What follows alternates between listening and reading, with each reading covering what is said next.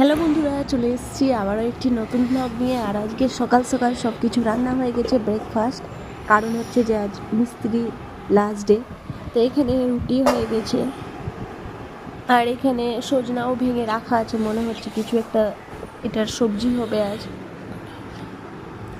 আর এখানে আম্মু ভাজা বানিয়ে নিচ্ছে রুটি দিয়ে খাওয়ার জন্য। আর এই আলু ঝুড়ি ভাজা রুটি দিয়ে খেতে খুব ভালো লাগে। তো এখানে আম্মু কিন্তু পেঁয়াজ দেয় না, পেঁয়াজ ছাড়া কালো জিরে দিয়ে আর শুকনো লঙ্কা দিয়ে এই ভাজাটা বানানো হয়, খুবই ভালো লাগে খেতে। আর ভাজা প্রায় হয়ে গেছে। তারপর বাড়ির সমস্ত পর্দাগুলো ধোয়া হলো, কারণ এই কাজ চলাকালীন এত ধুলোবালিতে সব নোংরা হয়ে গেছিলো। তো এখানে সব সুন্দর ক্লিন হয়ে গেল। তারপর আমি গেলাম একটু দিদির ওখানে। কি জেনি কিছু একটা ড্রয়িং করেছে মনে হয় তো ফোনের উপরে, তো সেটা দেখাবে আমাকে, তো চলে এলাম দেখতে। আর আজকেও বাইরে খুব রোদ আছে। জেনিফ মনে হয় রুমে আছে। এই জেনিফ এখানে সুন্দর করছে ড্রয়িং, আর এটা দেখানোর জন্যে ও একদম ব্যস্ত হয়ে গেছে।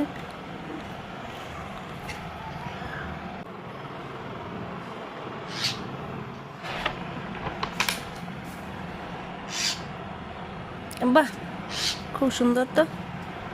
তো জেনিফ শান্তভাবে ড্রয়িং করছে, এটাই অনেক। তুমি আর আপি মিলে কিছু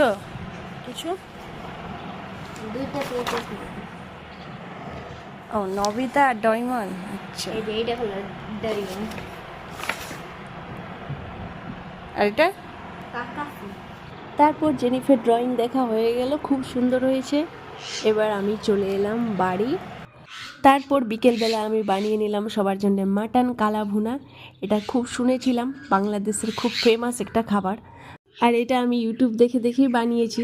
ভেবেছিলাম যে এত ভারী একটা রান্না ভুল তো হবেই, কিন্তু দেখছি যে না, একদম পারফেক্ট হয়েছে, সবার খুব পছন্দ হয়েছে। তো এখানে আমি প্রথমে শুকনো মশলাগুলোকে ড্রাই রোস্ট করে নিচ্ছি, তারপরে এটার গুঁড়ো বানানো হবে। তো যা যা বলেছিল ইউটিউবে যেভাবে সেইভাবেই করেছি। এরপর আমি একদিকে এখানে বেরেস্তা বানিয়ে নিচ্ছি, আর অনেকটা পরিমাণে পেঁয়াজ দিয়ে বেরেস্তা বানাতে হয়।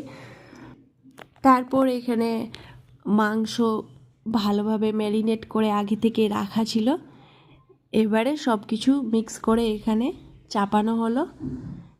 এবার এটা অনেকক্ষণ সময় লাগবে, এটা সেদ্ধ হবে, ভাজতে হবে অনেকক্ষণ ধরে। সত্যি কথা বলতে যে কালা ভুনা বানাতে অনেকটা ধৈর্য লাগবে, ধৈর্য সহকারে ভাজতে হবে। আর এখানেও প্রায় ভাজতে ভাজতে অনেকটা কালো কালার হয়ে এসছে।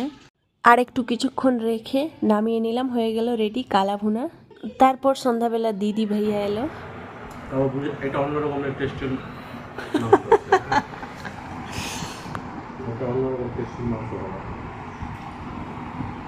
আর এদিকে দিদি চুপচাপ ভিডিও করছিল ভাইয়ার খাওয়াটা। তারপর সবাই টেস্ট করে বলল খুব ভালো হয়েছে। যাক, সবার ভালো লাগলো শুনে আমিও খুশি হয়ে গেলাম। তারপর আমিও এখানে একটা রুটি আর সঙ্গে কালা ভুনা টেস্ট করলাম। সত্যি বন্ধুরা, খুব ভালো হয়েছে। বাংলাদেশের ফেমাস, তো সত্যি একটা অন্যরকমের ফ্লেভার ছিল। কি, তো কালকে স্কুল যেতে হবে না? যেতে তো হবে, স্কুল তো মিস করা যাবে না। ঈদ হলো, ঈদের পরে ছুটি হলো দুদিন, তারপরে তো এখন স্কুল যাওয়া শুরু করতেই হবে।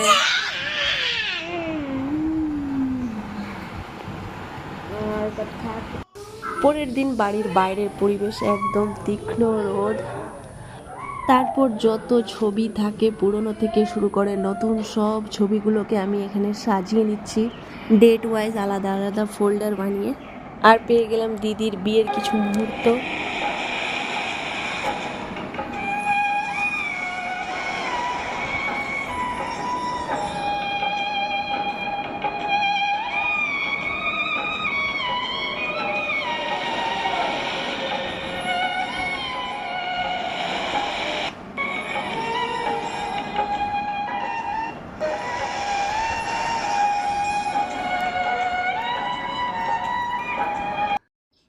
আর এটা হচ্ছে বিয়ের যখন খুতবা পড়ানো হচ্ছিল, তো সেই সময়কার কিছু মুহূর্ত।